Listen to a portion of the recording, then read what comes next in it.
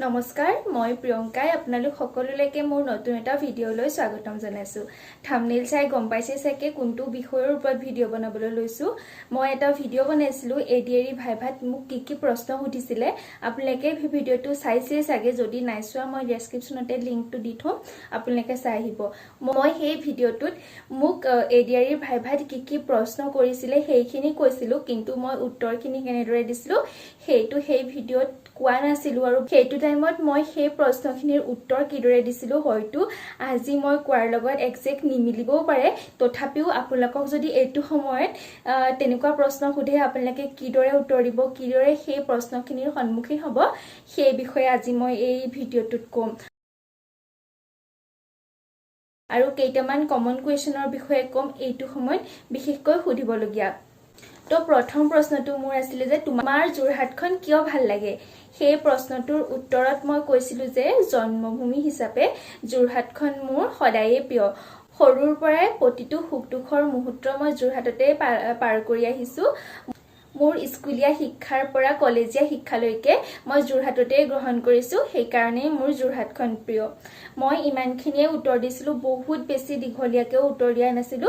আপোনালোকে আপোনালোকৰ হিচাপত উত্তৰখিনি দিব। আৰু সেকেন্ড কুৱেশ্যনটো আছিলে যে মোৰ আমি যোৰহাটলৈ কিয় যাব লাগে বা পৰ্যটক এজন যোৰহাটলৈ কিয় যাব লাগে। তেতিয়া সেই প্ৰশ্নটোৰ উত্তৰত মই কৈছিলো যে যান্ত্ৰিকতাৰ জীৱনৰ পৰা এখন ধুনীয়া পৰিবেশৰ মাজলৈ যাবলৈ আপোনালোক যোৰহাটলৈ যাব পাৰে, যিহেতু মহাপুৰুষ মাধৱদেৱৰ দ্বাৰা প্ৰতিষ্ঠা কৰা ঢেকীয়াখোৱা নামঘৰ যোৰহাটতে অৱস্থিত। তাৰোপৰি মেলেং মইনাপুৰীয়া নামঘৰ, অষ্টভুজ দেৱৰ দ্বাৰা নিৰ্মিত বৰভেটি নামঘৰ, সেইখিনিও যোৰহাট জিলাতে অৱস্থিত। বিশ্বৰ প্ৰথমটো আৰু সৰ্ববৃহৎ চাহ গৱেষণা কেন্দ্ৰ টুকুলায়ো যোৰহাট জিলাতে অৱস্থিত। বৰ্তমান চুকাফাৰ সমন্বয় ক্ষেত্ৰও পৰ্যটকৰ বহুত দৃষ্টি আকৰ্ষণ কৰিছে। ৰাজমহ পুখুৰী, বুঢ়ীগোসানী দেৱালয় আজি বহুত ধুনীয়া ধুনীয়া বস্তু যোৰহাটত চাবৰ বাবে আছে। আপোনালোকে সেইকাৰণে যোৰহাটলৈ যাব পাৰে বা পৰ্যটক এজন সেইকাৰণে যোৰহাটলৈ যাব পাৰে। সেইদৰে মই প্ৰশ্নটোৰ উত্তৰ দিছিলো।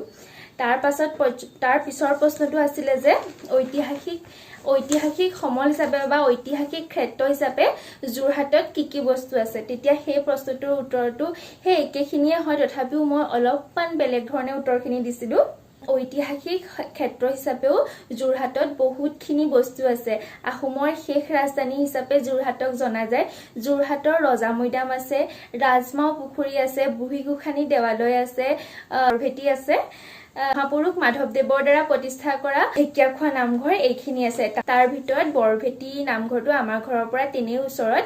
সেই নামঘৰ ভাগ 1768 খ্ৰীষ্টাব্দত শ্ৰী শ্ৰী অষ্টভুজ দেৱৰ দ্বাৰা প্ৰতিষ্ঠা কৰা হৈছিলে। তেওঁৰ মোৱামৰীয়া ভক্তসকলক তেওঁৱে শদিয়াৰ পৰা ধুবুৰীলৈকে সেই ঠাইলৈ নিমন্ত্ৰণ জনাই আনিছিলে আৰু প্ৰথমতে ৰাম জপ কৰি শ্ৰী শ্ৰী অষ্টভুজ দেৱে এচপৰাকৈ মাটি দান কৰিছিলে। তাৰ পাছত তেওঁৰ ভক্তসকলেও এজন এজনকৈ মাটি দান কৰে। তাৰ পাছত 40 ফুট দ খাৱৈ এটা 60 ফুট পৰ্যন্ত ওখ হৈ বৰভেটিৰ নাম লৈছিলে। বৰ্তমান বৰভেটিটো মহাভেটি, ৰত্নগিৰি আৰু বৰভেটি এই তিনিওটা নামেৰে জনা যায়। আৰু লোকবিশ্বাস অনুসৰি বৰভেটিত যদি নিমখ দান দিয়া যায় নিজৰ মনৰ ইচ্ছা পূৰ্ণ হয় বুলি কয়। সেয়াই যোৰহাটৰ ঐতিহ্যৰ ক্ষেত্ৰ হিচাপে আছে বুলি মই ভাবো। এতিয়া মোক সেই তিনিটাই প্ৰশ্ন সুধিছিলে যোৰহাটৰ ওপৰত, হয়তো মই সেই সময়ত অলপমান বেলেগকৈ উত্তৰ দিছিলো চাগে। এতিয়া মই আপোনালোকে কিদৰে উত্তৰ দিব সেইখিনিৰ ওপৰতহে ভিডিঅ'টো বনাইছো। বৰ্তমান আৰু এতিয়া বেছিকৈ সুধিব লগা এটা কমন কুৱেশ্যন হ'ব যে বৰ্তমান অসমৰ কেইটামান জ্বলন্ত সমস্যাৰ বিষয়ে ক'বলৈ সুধিব পাৰে। তেতিয়া আপোনালোকে ক'ব পাৰিব, প্ৰথমটো সমস্যা আপোনালোকে ক'ব পাৰিব যে নিবনুৱাৰ সমস্যা। বৰ্তমান ইমান উচ্চ শিক্ষিত মানুহ হৈ গৈছে যে নিবনুৱাৰ সমস্যাই দেখা দিছে। প্ৰত্যেকজনৰ কাৰণে চাকৰিৰ অভাৱ হৈছে বা চাকৰিৰ অভাৱত নিবনুৱাৰ সমস্যাই দেখা দিছে, এই বুলি আপোনালোকে ক'ব পাৰিব।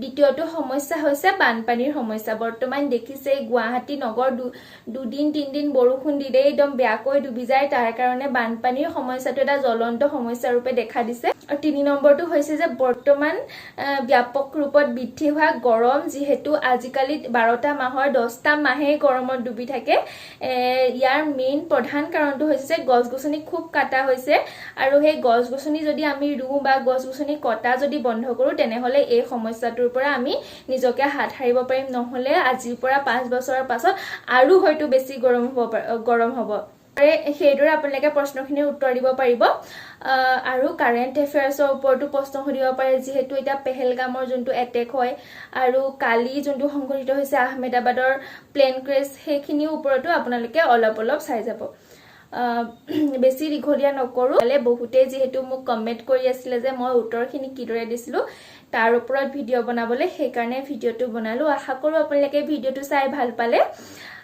বহুত গৰম পৰিছে যেহেতু দেখিছে আশা কৰো আপোনালোকে মোৰ চেনেলটো সাবস্ক্ৰাইব কৰি যেন অলপ হলেও উৎসাহিত কৰে আজিলৈ বাই বাই অন্য এটা ভিডিঅ'ৰ সৈতে আকৌ লগ পাম